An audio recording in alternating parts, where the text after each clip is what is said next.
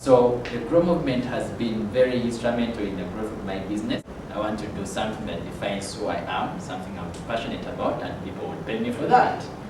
So there I was. I decided to start my business on June 1st. But I didn't have any money on me, not a coin on me. Yet I had the idea, I had the vision. The good source of a business idea is from a problem within society.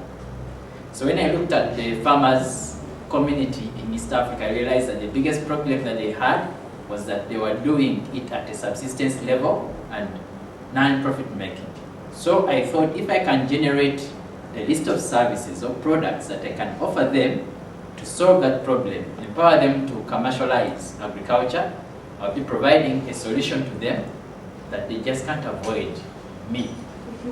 So I came up with a list of services, including farm business planning, agricultural project proposal development and implementation, management of farms, practical training for the farmers, and also giving them consultation on how to run their businesses, their farms as business. After writing my plan, I now started brainstorming how can I get clients. I'm just a fresh graduate, nobody knows me. There are probably quite many experienced veterinary practitioners out there who someone would prefer over me out of their good experience in this.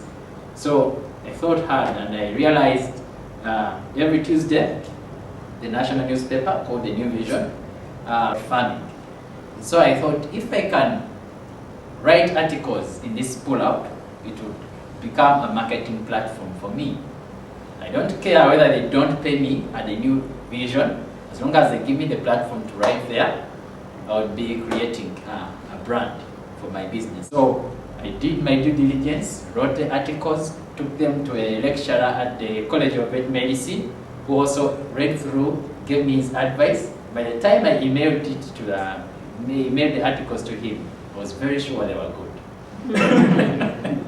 So he releases them the next week on Tuesday, and wow, the feedback is very good. People call back at The New Vision, they want to get in touch with me, they want to find out where I can be found and get these services.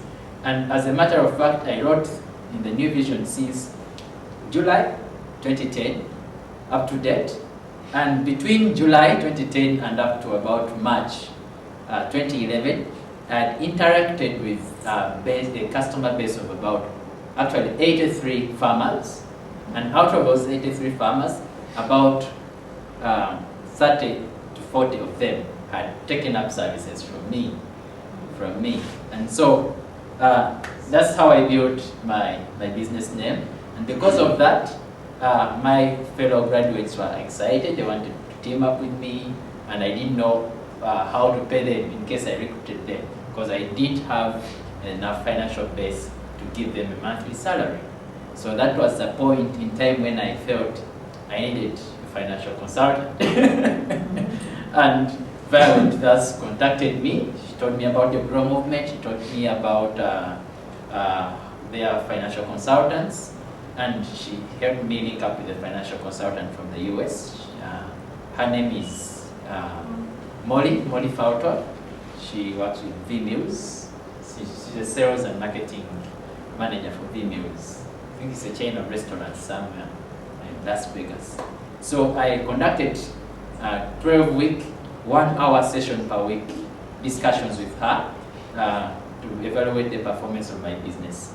And she particularly helped me when it came to creating a team of other people I can work with, because I didn't know how to pay them. But when we zeroed down on how much I charge per service, then she helped me realize that actually I could subcontract them. Because I had started getting contact with very many farmers, since they would get my contacts from the newspapers, to the point that I would not be everywhere helping each one of them at the same time. Now I needed to work with other people. She advised me recruit them, but subcontract them and give them a commission based on the performance of the work they have done. And tried it out, it worked. It worked. I recruited them, and up to today, I am still working with them. So far, I've recruited 7 of them. The other thing I benefited from that consultation I did with the Grow Movement was learning how to separate personal finances from business finances. The consultant sent me links to accounting software that I have been using to record any invoices that I send to clients, any expenses that I incur, and it automatically creates for me a profit and loss statement and trial balance sheets, keeps a record of all my clients and their contacts, whatever projects I have to do with them, keeps them perfect, and it has been fantastic. Last year, around October, the head of the Grow Movement, Thomas Ssemakula, visited Uganda, and he visited me in my humble office inside an internet cafe, and I took him around to some of the farms that I have worked with, took some pictures, and I shared with him what was an upcoming project for me. It was my 5th short-term goal that I set out in the business plan I wrote the very first week when I was starting my business. That was to set up a farmers training center where farmers would go and learn how to run a farm as a business practically. But I needed a team of people to work with me, gather information, put up a business plan which I could present to a potential donor that I had found in a certain agribusiness workshop.